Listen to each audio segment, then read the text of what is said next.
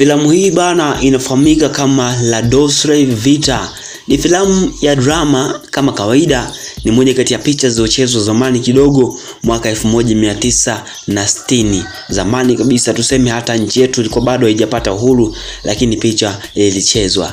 Ni moja kati ya picha fulani hivi ambalo ukijaribu kulitazama. Sasa waigizaji mle ndani, kwanza kuna Marcelo Mastroianni ambaye alicheza kama Marcelo Ruben, pia kuna mwanadada anaitwa Anita Ekberg, yeye alicheza kama Sylvia, pia kuna mwanadada pia anaitwa Anouk Aimee amecheza kama Madalena, ambao hao wote ukijaribu kutazama sasa hivi wameshazeeka tangu mwaka 1960. Bana, sasa picha hili kwanza ilitoka tarehe 3 Februari 1960 huko Italy.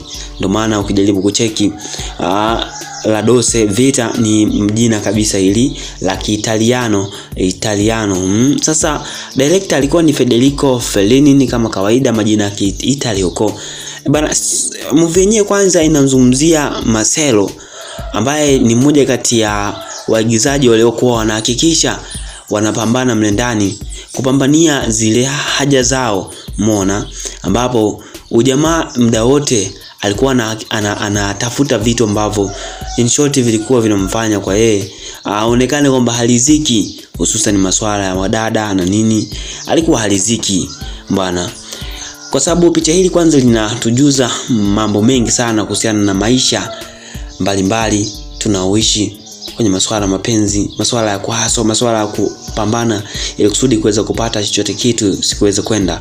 Kwa hivyo movie hii ndio imebezi sana huko, hususan masuala ya kimapenzi. La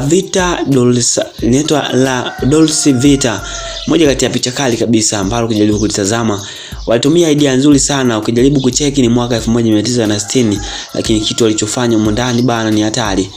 Hii ni short film review ambapo nakupitisha kidogo kwa ufupi movie mbalimbali, na hii ni Jepson TV. Asante kuweza kuwa na mimi.